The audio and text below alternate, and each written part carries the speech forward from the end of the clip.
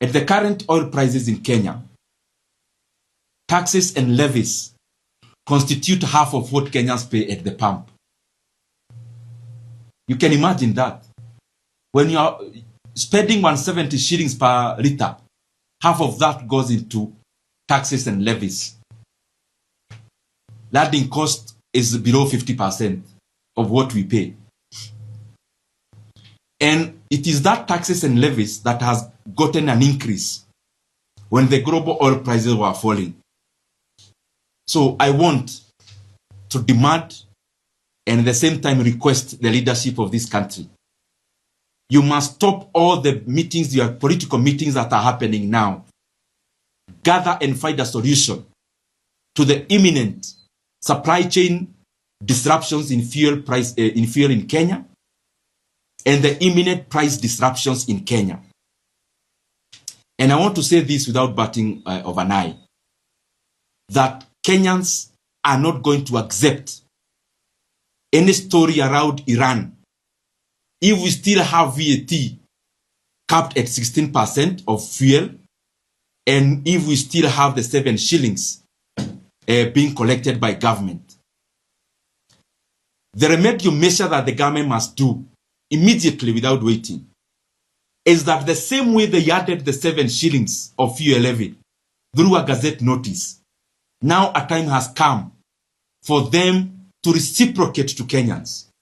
Kenyans have been paying this additional VAT for the last 3 years. Kenyans have been paying the additional fuel levy for the last many months when the global oil prices were falling.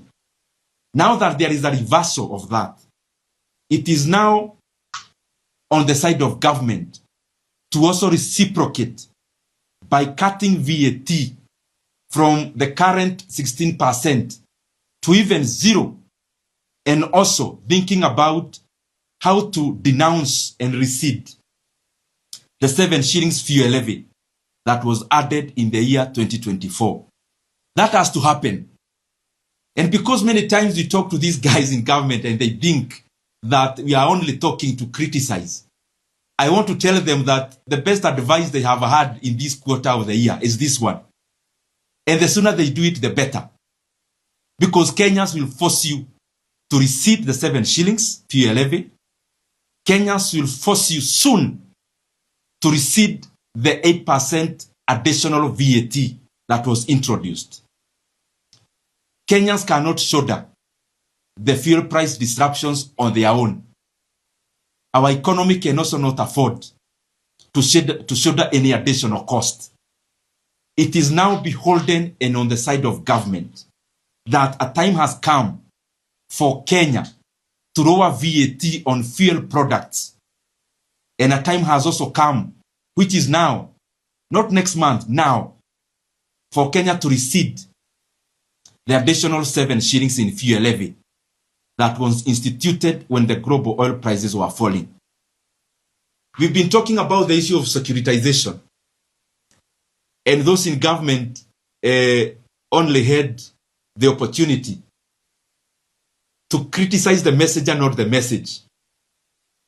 Now, a time has come for you to see the reality with your own eyes.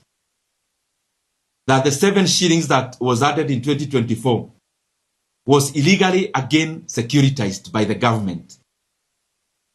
Now that illegality has to be undone because it is now the global economy, the local economy is in a desperate situation. And a desperate situation always calls for desperate measures. We must act when there is still time on the table. And the action, as I have enumerated, is that we have to do away with the taxes and levies.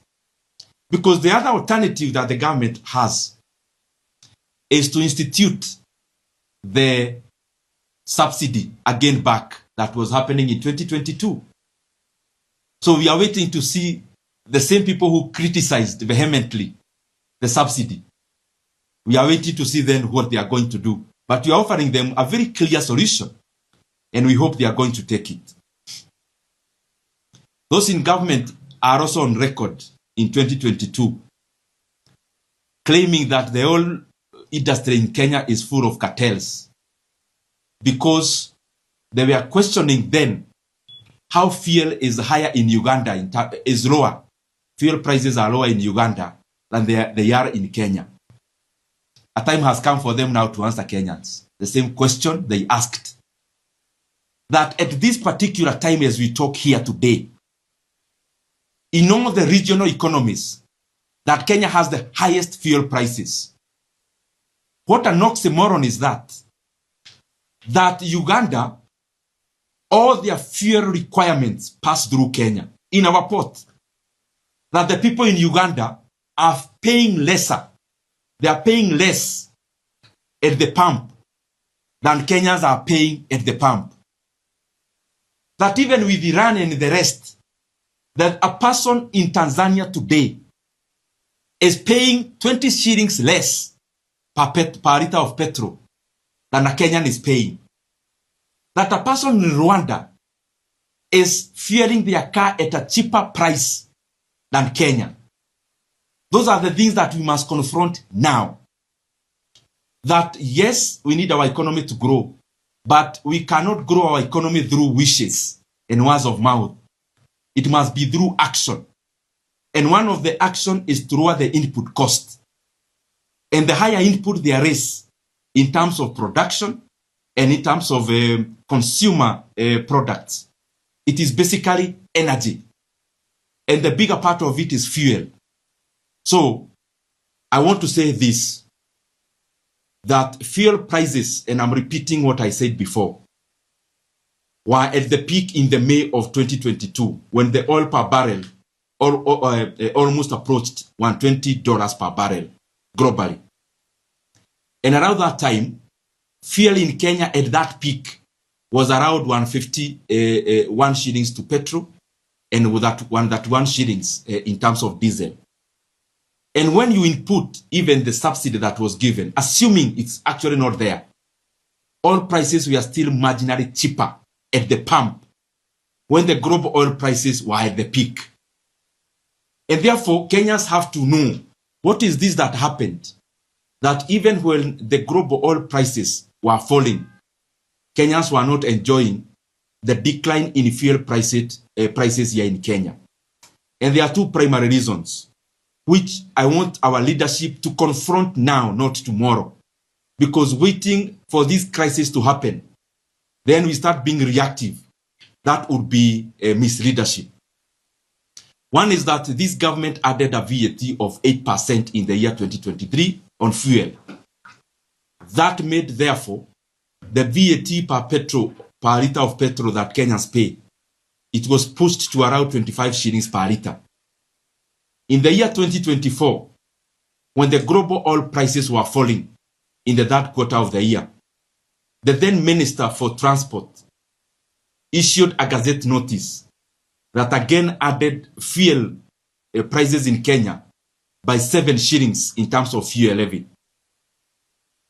So the reason why Kenyans actually never felt the decline in oil prices over the last several years is because the government took advantage of that and instituted additional taxes and levies. Now, in an oil-producing country, you have many instruments you can use to lower oil prices when you are an oil-producing country. When you are an oil-producing economy, there is only one element you can use, actually only two you can use to ameliorate the matter. And one is dealing with the forex exchange rate, because most of the fuel is imported and paid through dollar. Even in Kenya, what you hear G2G, them saying they were paying through Kenya shillings. After 6 months, you still have to pay dollars. The long and short of it is that we expect nothing less than the government calling themselves to order, stopping those grandiose, ego-soothing meetings they are doing, and realize that Kenya is facing a crisis. And it's not the work of Kenyans to wake our leaders from slumberland of wishes. They ought to know better. They come, serious meetings needs to happen. They need to write a bill as they did in 2023 when they were adding 8%. They need to do one urgently to cut VAT on fuel. And the minister in charge of transport needs to issue a gazette notice rescinding the additional 7 shillings that was added on fuel levy in 2024. And additionally, the greedy banks that participated in this illegal securitization, a time has come for them to pay for their greed. They must give a moratorium in terms of the 7 shillings that they are now purportedly collecting, which is 32 billion a year. A time has come for them to now book that money into their non-performing loans, because it will be a non-performing loan soon. It was illegal to securitize. The banks knew it is illegal. It was illegal. But because of their greed, they went ahead to play the tune and to dance on the tunes. Everything that is profitable has also a pitfall of the current situation we are having today. So the same banks that celebrated in this illegal act of securitization, it is now time for them to pay for their greed. Very lastly,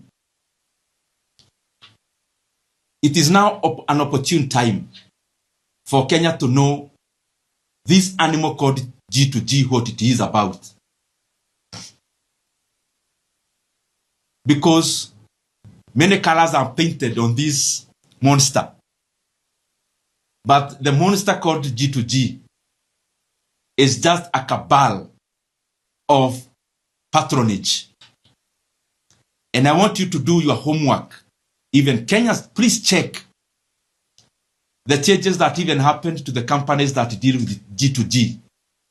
And you realize it is all politics. After the reorganization of this government, what was shared was not just positions. It was also spoils. That is why you realize some companies were added who belong and are owned by political actors into G2G program after this current mongrel of a government. Why? It had nothing to do with dollars and fuel prices. It had everything to do with monopolizing the imports of fuel in Kenya. And it is no coincidence that the same people who are the real owners of G2G companies